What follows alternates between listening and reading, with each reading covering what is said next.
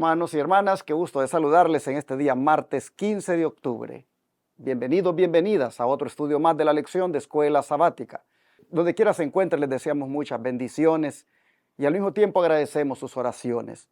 Por supuesto que también apreciamos el que ustedes tomen en cuenta este ministerio para apoyarlo económicamente, y por eso en la pantalla le ponemos las maneras de cómo usted puede colocar aquí diezmos, ofrendas y donaciones especiales que permiten hacer la obra del Señor 24/7 por 4 canales de televisión y una radio, y atención gratuita a los enfermos en el Centro de Estilo de Vida Los Tres Ángeles. De antemano, muchas gracias a los que elijan cualquiera de las opciones que están en su pantalla para compartir las bendiciones que Dios les da.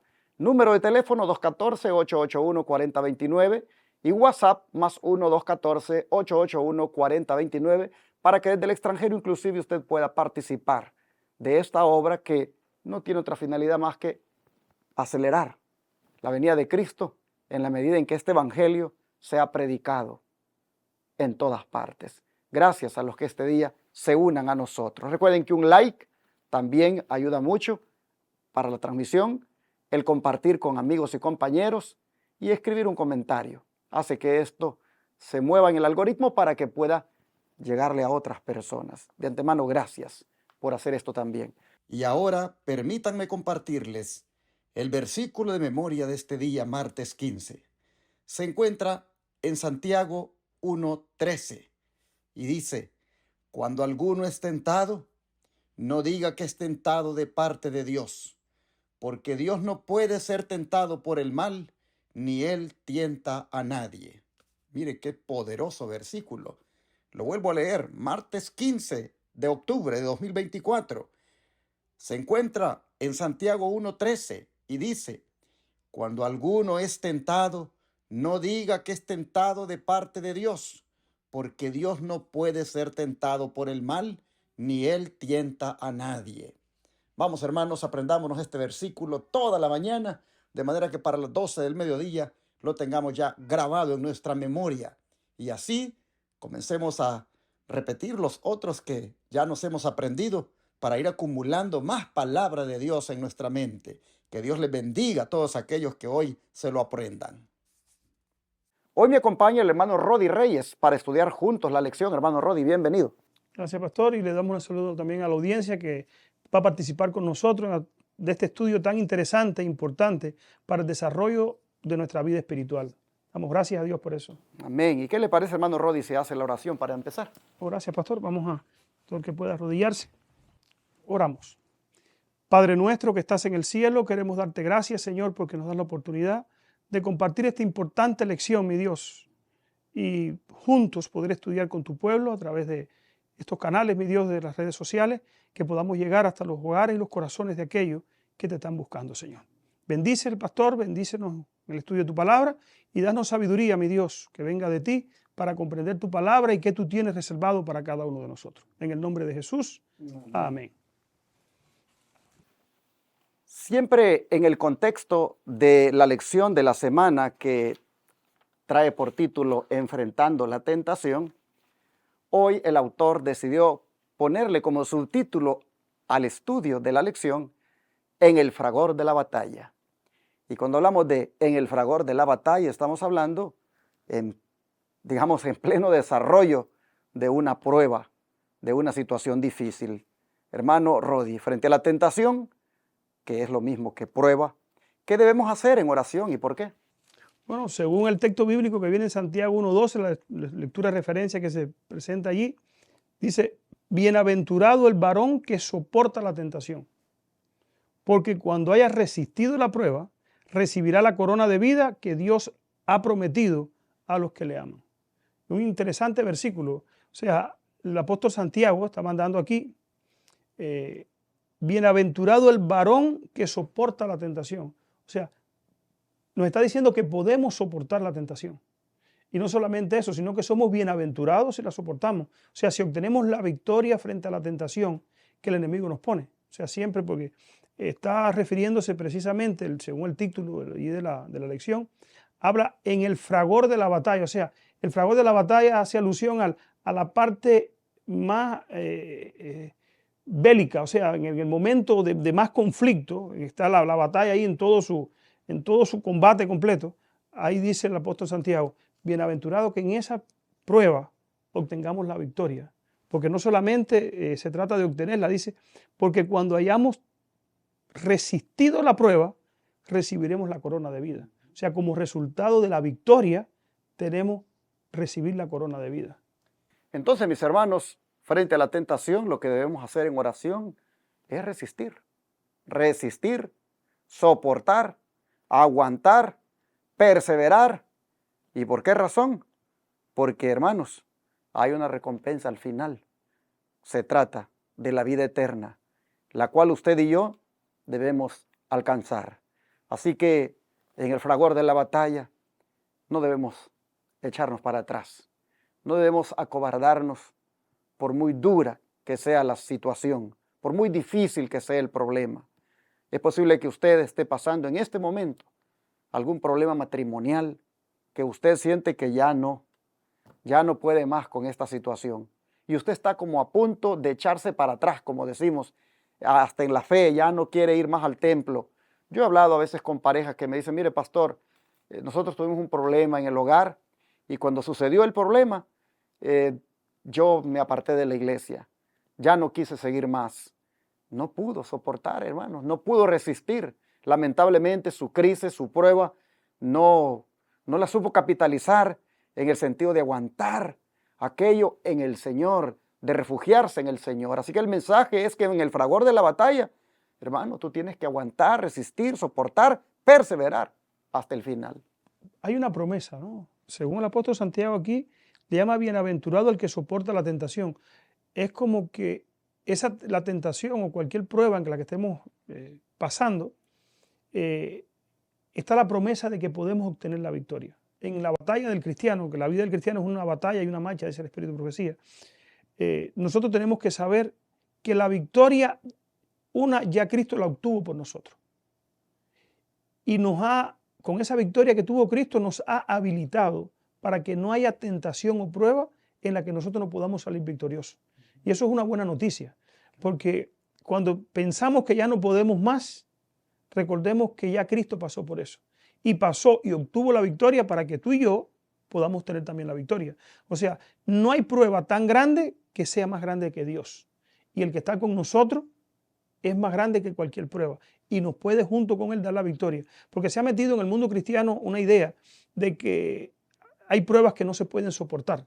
Y tengo que siempre salir vencido. El plan de Dios es que nosotros obtengamos la victoria sobre la tentación y la prueba. Siempre. Y que actuemos como actuara Jesús si estuviese en mi lugar. Porque Cristo no solamente murió para darnos la salvación, sino también murió para habilitarnos para obtener la victoria frente a la prueba. No importa cuál sea. Así es. Ahora hay que tomar en cuenta, hermanos, de que el don de profecía también tiene luz adicional a la palabra de Dios que nos ayuda a comprender más esto. Así que, hermano Rodi, en esta cita que viene a continuación, que tiene 2 párrafos, ¿qué le parece si nos compartimos los párrafos y sacamos alguna lección aquí también? Amén. Dice aquí el Espíritu decía, despojémonos de toda pretensión y afectación. Fíjese, despojémonos de toda pretensión y afectación. Actuemos con sencillez y naturalidad. Sean veraces en todo pensamiento, palabra y acción, y con humildad, estimando cada uno a los demás como superior a sí mismo. Filipenses 2:3. Recordemos que la naturaleza moral necesita ser fortalecida por la vigilancia y la oración constante. Aquí está el secreto de la victoria. Vigilancia y oración constante. Por nosotros mismos hay veces que no podemos con la prueba. Sigue diciendo aquí, mientras miremos a Cristo estamos seguros. Pero en cuanto pensemos en nuestros sacrificios y dificultades y empecemos a simpatizar con nosotros mismos y a mimarnos, perdemos nuestra confianza en Dios y estaremos en grave peligro. O sea, sentir autosacrificio o que nadie está pasando lo que yo paso, o autocompasión, esa compasión por sí mismo, es lo que nos va a llevar a ¿qué? A no salir victoriosos en la prueba. Tenemos que saber con paciencia que en Cristo está el poder y que por lo que yo estoy pasando, hay varios versículos bíblicos, pero el apóstol Pedro dice que los mismos padecimientos se van cumpliendo en todos sus hermanos en el mundo entero. O sea, no creerme que yo soy el único que está pasando por una prueba difícil. A todos los que le ha tocado han encontrado victoria solamente en ¿qué? En ser vigilante y orar. Así es. Sigue diciendo la declaración, esta vez en la página 66, porque la primera estaba en Testimonios para la Iglesia, tomo 4, página 513. Pues en el mismo libro, en el tomo 5, en la página 66, dice: debemos avanzar firmemente y nunca perder el ánimo ni la fe en las buenas obras. Amén. No importan las pruebas que se presenten en el camino o la oscuridad moral que nos rodee. La paciencia, la fe y el amor por el deber son las lecciones que tenemos que aprender. Subyugar el yo y contemplar a Jesús es trabajo de todos los días. El Señor nunca abandonará al alma que confía en Él y solicita su ayuda. La corona de la vida se coloca sobre la frente de aquel que ha vencido. Amén. Así, hermanos, entonces vemos, en medio de la tentación, lo que debemos hacer es seguir adelante. Seguir adelante en el camino del Señor, nunca perder el ánimo ni la fe, hermanos, y ejercer paciencia. Mire qué cosa, que eso es lo que finalmente nos va a llevar a obtener la corona de la vida. Eso nos va a permitir también subyugar el yo y nos va a permitir contemplar a Jesús. Ojalá, hermanos y hermanas, que siendo por el don profético inducidos a tener esta actitud, busquemos tenerla en toda situación difícil o prueba por la que estemos pasando. No sé si usted en este momento está traspasado de dolor porque ha muerto un ser amado suyo, o porque un hijo se le ha ido de la casa, o una hija, o algo, hermanos, que usted le ha quebrado su corazón. Bueno, le animamos en el Señor a que adopte esta actitud y a que se despoje de toda pretensión y afectación y mimarse y todo eso que a veces tiende uno a como autocompadecerse, y más bien, hermanos, avanzar firmemente sin quitar la mirada de Jesús. Ese es el mensaje, y saber de que de esa situación en la que estamos vamos a salir. Eso es temporal, y lo que nos espera al final es lo más hermoso, hermanos. La corona de la vida que el Señor pondrá en nuestra frente como símbolo de que logramos la victoria. Ahora, hermano Rodi, hay pruebas que Dios las pone, como en el caso de Abraham. Hay pruebas que el diablo las pone, como en el caso de Jesús allá cuando ayunó, allá en aquel desierto. Hay pruebas y tentaciones que Satanás las pone. Siempre que una prueba o tentación tiene como finalidad inducirte al pecado, eso, hermano, hermana, viene del diablo. Nada tiene que ver con Dios. Sí, nada tiene que ver con Dios. Pero si algo viene como para desarrollar el carácter, eso viene de Dios. Pero cuando aquello te induce al pecado, ¿por qué es erróneo decir que Dios te la está enviando, hermano Rodi? Bueno, según Santiago 1:13 dice: cuando alguno es tentado, no diga que es tentado de parte de Dios, porque Dios no puede ser tentado por el mal, ni Él tienta a nadie. O sea, aquí está claro en el texto bíblico, la tentación para pecar nunca viene de Dios, ni ninguna situación que nos ponga en una condición que nosotros nos sintamos tentados por el enemigo a hacer el mal, eso nunca viene de Dios. Ahora, en esas tentaciones también tenemos la seguridad de que el poder sí lo tenemos para obtener la victoria. En su experiencia personal, hermano Rodi, ¿ha habido en alguna situación de su vida alguna prueba que usted de ahí como que salió más fuerte, como que la prueba no vino para inducirle a pecar, sino que más bien le ayudó para que su fe se fortaleciera? Claro que sí, pastor.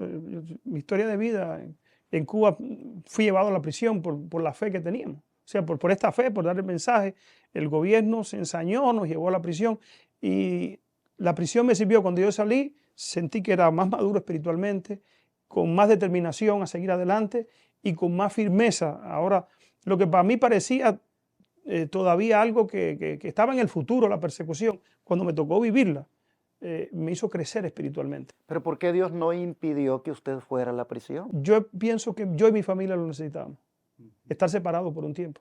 porque eso me ayudó a madurar espiritualmente a mí y a mi esposa y a mis hijos también. ¿Se dan cuenta, amables televidentes, radioyentes, por lo que mi hermano Rodi cuenta, que no todo lo que nos pasa tiene como finalidad destruirnos, tiene como finalidad que caigamos así como en una depresión profunda y que nunca vas a salir de ahí? No, hermano, aquí tienes un testimonio de alguien que, mira, no es fácil, yo creo, estar en una prisión. Yo hubiese podido tomar esa postura de sentir compasión por mí mismo y pensar a otros hermanos no le pasa, yo mejor tiro la toalla y cedo lo que las autoridades me piden, pero me mantuve en mi posición y vi cómo Dios eso lo usó para una gran bendición. Pero llegó algún momento así, humanamente hablando, que usted sintió que temor a perder la vida, que pudieran atentar con su vida. Mi vida yo la escondí en Dios y yo sentía temor porque estaba rodeado de personas que, como dice la prisión, y por las autoridades que no me querían bien. Pero aún así me mantuve en el Señor cada día viviendo un día a la vez. Y vi cada día que el Señor me dio la victoria, me dio la paciencia para soportar aquello, me dio la esperanza y fue una gran bendición. ¿Cuánto tiempo usted estuvo prisionero? Bueno, estuve 2 veces. En 2005 estuve 8 meses y en el 2010, 2011 estuve 1 año. ¿Y cómo lo trataban con el asunto de la alimentación y cómo era el trato? Eso es algo duro. En la prisión en Cuba la alimentación es bien mala. La suerte mía fue que ahí dentro de la prisión había una panadería y solamente muchos días me la pasé solamente comiendo pan, porque no podía comer lo que daban allí de comida. Y yo sabía que ninguno de mis hermanos me veían, pero Dios me veía. ¿Y cómo era el trato de sus, digamos, de los guardias hacia usted o de los que cuidaban a los presos? Los guardias me respetaban por lo que yo era. Y había muchos guardias que no estaban de acuerdo que yo estuviera preso. Lo que eran los guardias, los presos, muchos me respetaban. Y otros los guardias, las autoridades, ya las autoridades por encima, incluso mandaban a algunos presos que me provocaran. A ver qué reacción yo tenía. Si ustedes se fijan, hermanos, él no escogió ir ahí. De parte de él, pues... Nunca hubiera querido. Exacto, pero sin embargo, y tampoco creo yo que Dios lo mandó, pero Dios en alguna manera no impidió que él pasara por ese camino, porque había que hacer una obra en su carácter, porque él desarrolló ahí un carácter cristiano más firme. Y eso es lo que tiene, hermanos, como finalidad la prueba. Cuando la prueba es para inducirte a pecar, viene del diablo. Cuando la prueba viene para ayudarte al desarrollo del carácter, también no es que Dios la mande, pero Dios la permite, como en el caso de Job. Dios no fue Dios el que le puso la sarna a Job. Hay un texto bíblico que dice que todo lo que el hombre teme, eso le vendrá. Cuando yo era un niño, mi papá estuvo preso en Cuba. Y yo iba a visitarlo y yo le tenía terror a la prisión. Algo yo le tenía miedo a la prisión. Y el Señor me llevó allí y fue conmigo allí para demostrarme que no le tuviera miedo. Y le doy gracias a Dios por eso. Algo que yo siempre le tuve respeto y temor, porque yo veía como los cuentos que me hacía mi papá de la prisión y yo decía, yo nunca voy a caer ahí. Y fui allí no por ser un delincuente, sino por la palabra de Dios. Y me di cuenta que lo que el hombre teme, eso le viene, pero le viene para que uno aprenda a confiar en Dios. Eso me llevó ahí a confiar en Dios y a esperar en Dios. Y esperé en Él y vi la victoria que Dios nos dio. Amén. Digo, nos dio Dios porque no solamente yo, también la pasó mi familia y los hermanos de iglesia también. Y le doy gracias a Dios. Ahora miro el pasado, ya no me acuerdo, pero le doy gracias a Dios por esa prueba. Gloria al Señor. Y hermanos, cuando el autor pregunta por qué es erróneo decir que Dios envía pruebas y tentaciones, está en ese enfoque donde tú culpas a Dios, donde tú dices, no, pero ¿por qué Dios me ha mandado esto? Mira, Dios no te manda, Dios permite que pases por ahí. Voy a ponerte un ejemplo, los 3 hebreos. ¿Tú crees que Dios los echó al horno de fuego? No, los echó Nabucodonosor, pero Dios no impidió que los echaran ahí, pero allí Dios los acompañó. Así es la vida cristiana. No porque somos cristianos no nos va a pasar tal vez nada malo o algo adverso. Hermanos, la vida cristiana llega un momento que también pasa por un fragor de la batalla, como ha sido subtitulada la lección de hoy, pero no vayas a culpar a Dios, no digas que Dios te tiene en eso, no digas que es la voluntad de Dios, tú solo di de que si Dios ha permitido que yo pase por esto, si Él no lo ha impedido, algún propósito tendrá el Señor, pero yo lo que voy a hacer es lo que decía anteriormente, no mimarme, sino enfrentarlo, ir adelante, no perder el ánimo ni la fe, sino más bien desarrollar paciencia y subyugar el yo y contemplar a Jesús todos los días. El don de profecía, ¿qué más nos dice al respecto, hermano Rodi? Dice, no debemos procurar reducir nuestra culpa hallándole excusas al pecado. ¿Por qué? Hay veces que cuando llega la tentación, pecamos y decimos, no, porque fue muy fuerte la tentación. Yo miro el caso de José. José frente a la tentación pudo haber cedido. Bueno, es la esposa de Potifar, nadie me ve, voy a seguir la corriente de mi deseo quizás y voy a caer. Pero José no se justificó con eso, sino que hizo que obtuvo la victoria sobre esa tentación. Dice, debemos aceptar el concepto que Dios tiene del pecado. Hay algo muy grave en su estimación. Es grave estimar el pecado, desear el pecado. Solamente el Calvario puede revelar la terrible enormidad del pecado. ¿Cuánto vale el pecado en mi vida? Cristo tuvo que pagar su vida por mi pecado. Y dice la Biblia que si yo peco voluntariamente lo crucifico otra vez. O sea, ¿qué es el pecado? El pecado llevó al Hijo de Dios a la muerte. Y si yo caigo frente a cualquier tentación, estoy crucificando a Cristo. O sea, eso me debe a mí incitar a buscar a Dios para precisamente ver el pecado como es algo terrible, algo malo, algo que me va a hacer daño a la larga a mí también y me va a cerrar el cielo. Y es terrible. O sea, y tenemos el estímulo también, la corona de vida, más también tenemos la promesa de la victoria. Siempre frente a la tentación tenemos que estar seguros que la victoria podemos tenerla si esperamos y confiamos en Dios. Dice la segunda nota. Sí, claro. Dice, la tentación es incitación al pecado, cosa que no procede de Dios, sino de Satanás y del mal que hay en nuestros propios corazones. Dios no puede ser tentado por el mal, ni él tienta a nadie. Tremendo. Y luego dice, Satanás trata de arrastrarnos a la tentación para que el mal de nuestros caracteres pueda revelarse ante los hombres y los ángeles y él pueda reclamarnos como suyos. El enemigo nos induce a pecar y luego nos acusa ante el universo celestial como indignos del amor de Dios. El discurso maestro Jesucristo. Por eso es que estas citas están en la connotación de la pregunta, de no culpar a Dios cuando la tentación tiene como finalidad inducirte al pecado.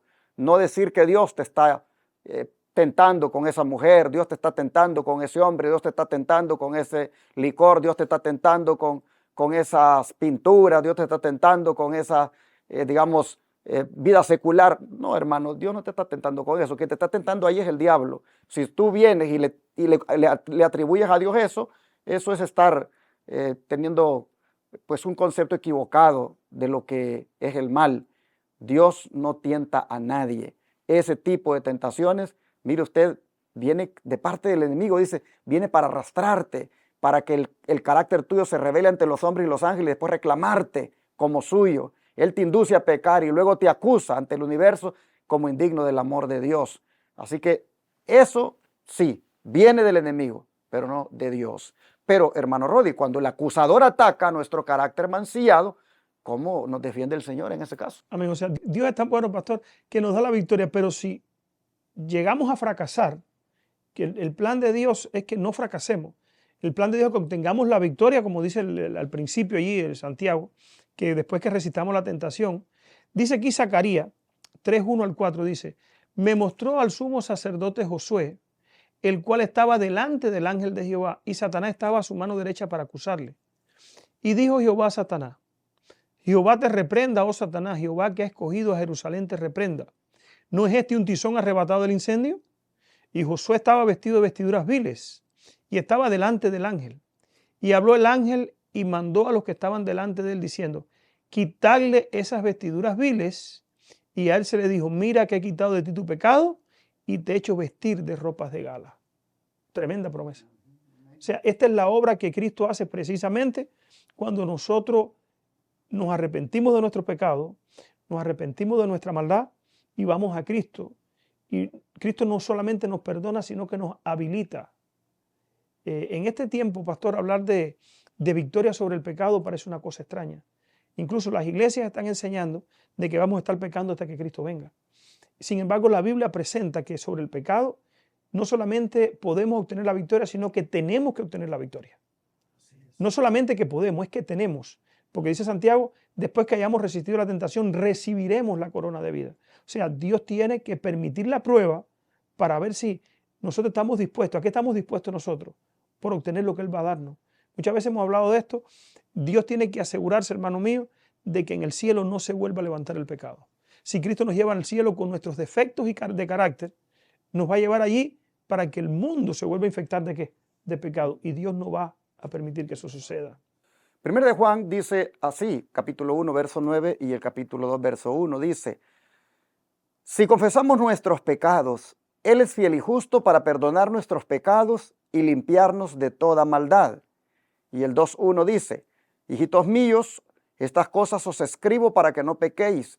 Y si alguno hubiere pecado, abogado tenemos para con el Padre, a Jesucristo el justo. Esto es buena nueva, esto es esperanza, porque ante los ataques del enemigo, cuando él dice, mira, este no es digno, porque tiene mancillado su carácter, lo tiene manchado debido a que lo induje a que pecara y pecó. Oh, hermanos, pero si ese hombre, esa mujer, han buscado del Señor, han reconocido su pecado, le han pedido perdón, aunque Satanás los reclame como suyos, Cristo entonces, mira, levanta sus manos y muestra las marcas que tiene de los clavos que traspasaron sus manos y dice, sí, su carácter estaba mancillado, pero un día reconoció su pecado, me buscó, me aceptó como su único Salvador y yo, con estas manos que clavaron en la cruz, yo prácticamente he pagado la culpa de él y de ella y ahora yo soy su abogado. De manera que, hermanos, si el diablo es el fiscal y te acusa una vez que tú te has convertido al Señor, mira qué buena nueva, que en Cristo tienes un abogado que te defiende. Amén. El plan de Dios es que no pequemos, hermanos, pero existe la posibilidad de pecar. Y por eso dice que si hubiéramos pecado, no nos olvidemos también que hay un abogado a favor de nosotros. Y lo que debemos hacer en este caso es reconocer el pecado, arrepentirnos y buscar al Señor pidiéndole perdón. Y Él nos va a perdonar y al mismo tiempo nos va a dar el poder para no volverlo a hacer. Así entonces vemos que en el fragor de la batalla estos elementos hay que tomar en cuenta y hermanos y hermanas, resistamos en el Señor, resistamos siempre en oración todo tipo de prueba o tentación que venga. Vamos a orar esta tarde o esta mañana para darle gracias a Dios por este estudio. ¿Qué les parece? Oremos. Padre Celestial, muchas gracias por darnos la esperanza en medio de este conflicto en el cual estamos y en el cual lamentablemente de una manera débil algunas veces caemos. Pero Señor, aquí estamos buscando tu rostro para pedirte perdón por las veces que hemos pecado, pero al mismo tiempo suplicándote que nos hagas victoriosos sobre el pecado, que nos des tu perdón y, Señor, que nos ayudes a vencer toda tentación y prueba. Señor, te rogamos que siempre resistamos y aguantemos todo tipo de prueba y que podamos al final ser coronados en aquel día con esa vida eterna. Gracias, Señor. Lo suplicamos en el nombre de Jesús. Amén.